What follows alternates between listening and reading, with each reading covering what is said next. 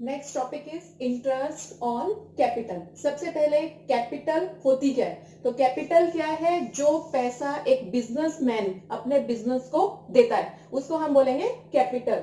तो कैपिटल क्या होगी? Capital is the amount which is contributed by businessman to his business. मतलब businessman business को जो पैसे देगा उसको हम बोलते हैं कैपिटल। इट मीन्स इंटरेस्ट किसको देना है और किसको मिलेगा।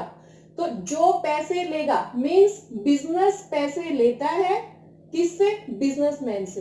तो इंटरेस्ट किसको देना है? बिजनेस ने देना है बिजनेसमैन को। और हम अकाउंट्स किसके प्रिपेयर करते हैं? हम अकाउंट्स प्रिपेयर कर रहे हैं बिजनेस के। इट मीन्स बिजनेस के लिए इंटरेस्ट ऑन कैपिटल एक एक्सपेंस होगा। सबसे पहली बात हमें समझनी है, ठीक है। इसके बाद अब इस इंटरेस्ट ऑन कैपिटल को कैलकुलेट कैसे करेंगे? तो how interest on capital is calculated. सबसे पहली बात जो आपको याद रखनी है, इंटरेस्ट ऑन कैपिटल में interest on capital opening capital के ऊपर ही कैलकुलेट होगा। कभी भी क्लोजिंग कैपिटल पे इंटरेस्ट ऑन कैपिटल नहीं लगाना। अब ये ओपनिंग या फिर क्लोजिंग कैपिटल होती क्या है? ओपनिंग कैपिटल वो कैपिटल होती है जो ईयर के स्टार्टिंग में कोई पर्सन अपने बिजनेस में लगाता है। उसके बाद वो जितना भी चेंज करे, उस चेंज के बाद जो उसकी कैपिटल आएगी वो कैपिटल होगी उसकी क्लोजिंग कैपिटल। चलो इसको एक एग्जांपल से समझते हैं। Suppose A and B are partners in a firm. A contributed on 1st April 2019 rupees 50,000 in the business and B also contributed rupees 50,000 in the business. ठीक है। इसके बाद on 1st October B also contributed rupees 25,000 as additional capital. B ने 25,000 rupees business के अंदर capital और लगाई। उसके बाद बी ने ही ऑन 1 मार्च 15,000 रुपीज कैपिटल में से विड्रॉ कर लिए, निकाल लिए। ठीक है। तो अब देखो क्वेश्चन में क्या है, ए ने तो पूरा साल बिजनेस में कितने रुपए लगाए? 50,000 रुपीज। तो ए को जो इंटरेस्ट मिलेगा वो पूरे साल के अमाउंट के ऊपर मिलेगा, मीन्स 50,000 रुपीज पे उसका इंटरेस्ट कैलकुलेट होगा। बट बी का जो इंटरेस्ट है, बी ने कितने अमाउंट दी बिजनेस को? 50,000 at the starting of the year on 1 अप्रैल 2019। ठीक है। उसके बाद उसने चेंज कब की? 1 अक्टूबर को। 1 अक्टूबर को उसने 25,000 बिजनेस में और लगा दिए। तो इसका मतलब क्या हुआ? फ्रॉम 1 अप्रैल टू 1 अक्टूबर वो कितने पैसे रख रहा है? 50,000 रुपीज। बिजनेस को उसने 50,000 रुपीज दिए। इसके बाद 1 अक्टूबर को वो 25,000 रुपए और बिजनेस में लगाता है। तो अब उसकी टोटल कैपिटल कितनी हो गई? यहां तक उसकी कैपिटल हो जाती है 75,000 रुपीज। अब ये 75,000 रुपीज बिजनेस में कब तक रहे? जब तक वो नेक्स्ट चेंज नहीं कर रहा। वो नेक्स्ट चेंज कब कर रहे? 1 मार्च को। तो 1 मार्च तक मीन्स 1 अक्टूबर से 1 मार्च तक उसकी कैपिटल थी बिजनेस में कितनी? 75,000। उसके बाद 1 मार्च को वो 15,000 रुपीज बिजनेस में से निकाल लेता है। तो अब उसकी कैपिटल कितनी बचती है? 60,000 रुपीज। 75,000 माइनस 15,000। ठीक है। तो 1 मार्च से 31 मार्च तक उसकी कैपिटल कितनी रही? 60,000।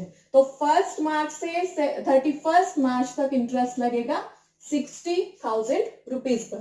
ठीक है। अब कैलकुलेट करते हैं। देखो ए की कैपिटल थी 50,000, तो 50,000 पर 10% उसकी होल ईयर सेम रहती है, तो उस पर सीधा 10%। Interest on capital 10% per annum, ये क्वेश्चन में गिवन होगा, जितना भी परसेंटेज है उसी पे कैलकुलेट करना है। तो 50,000 का 10% 5,000 ए का इंटरेस्ट हो गया।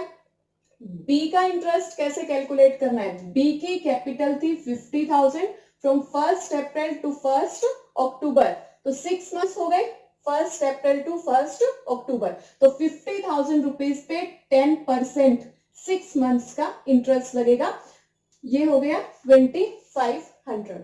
उसके बाद अब कैपिटल हो गई थी 75,000, 75,000 कैपिटल कब हुई, 1 अक्टूबर को, तो 1 अक्टूबर को 75 हुई, वहां से लेकर 1 मार्च तक, तो 1 अक्टूबर टू 1 मार्च 5 मंथ्स हो गए, तो इन 5 मंथ्स में कैपिटल है कितनी, 75,000, तो 75,000 इंटू 10/100 इंटू 5/12, 5 मंथ्स का है, 10% 5 मंथ्स, तो ये अमाउंट होती है इसकी 3125, 3125 इस टाइम पीरियड की।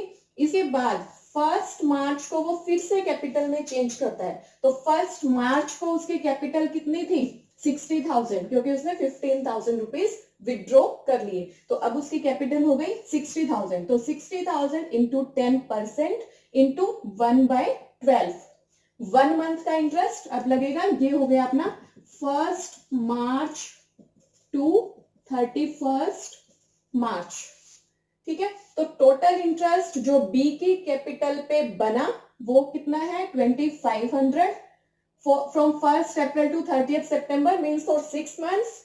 उसके बाद नेक्स्ट 5 मंथ्स में कैपिटल थी उसकी 75,000, 75,000 into 10% into 5/12, 3125, and for remaining 1 month capital is 60,000, 60,000 into 10/100 into 1/12, ये हो गई 500, तो total capital of total interest to B is 6125, okay. अब कई बार क्वेश्चन में होता है कि क्लोजिंग कैपिटल गिवन है, क्वेश्चन को ध्यान से पढ़ना है, मीन्स अगर लास्ट डेट की कैपिटल गिवन है तो जो भी चीज हमने क्लोजिंग कैपिटल निकालते हुए ऐड की है उसको लेस कर देंगे, और जो चीजें लेस की हुई है उनको ऐड कर देंगे। देखो बी के केस में बी ने क्या किया, स्टार्टिंग में 50,000 रुपीज लगाए, उसके बाद 25,000 ऐड कर दिए, कैपिटल हो गई 75,000, 15,000 विड्रॉ कर लिए, तो इसकी क्लोजिंग कैपिटल कौन सी बनेगी, क्लोजिंग कैपिटल है बी की 60,000 रुपीज। तो इंटरेस्ट 60 पर नहीं लगाना है, इंटरेस्ट हमें स्टार्ट कहां से करना है, 50,000 से ही स्टार्ट करना है, क्योंकि जितने पैसे जब तक बिजनेस यूज करेगा उसी के ऊपर वो इंटरेस्ट देगा। 50,000 बिजनेस ने यूज किए 1 अप्रैल से 1 अक्टूबर तक, उसके बाद उसने यूज किए 1 मार्च तक ऐड करके, लास्ट वाले जो यूज किए वो उसने 1 मंथ तक यूज किए, तो उसके अकॉर्डिंग ही उसको इंटरेस्ट देना पड़ेगा। अब अगर ये क्लोजिंग कैपिटल दी हुई है तो क्लोजिंग तक पहुंचने के लिए 60,000 अपनी क्लोजिंग कैपिटल है, हमने क्या किया था 15,000 जो इसने विड्रॉ किए थे वो हमने लेस किए थे, तो ओपनिंग कैपिटल निकालते हुए हम उनको ऐड कर देंगे, ठीक है। उसके बाद जो 1 अक्टूबर को उसने एडिशनल कैपिटल लगाई वो हमने ऐड की थी, अब हमने उसको लेस कर देना है, तो ये आ जाएगी हमारी ओपनिंग कैपिटल, ओपनिंग कैपिटल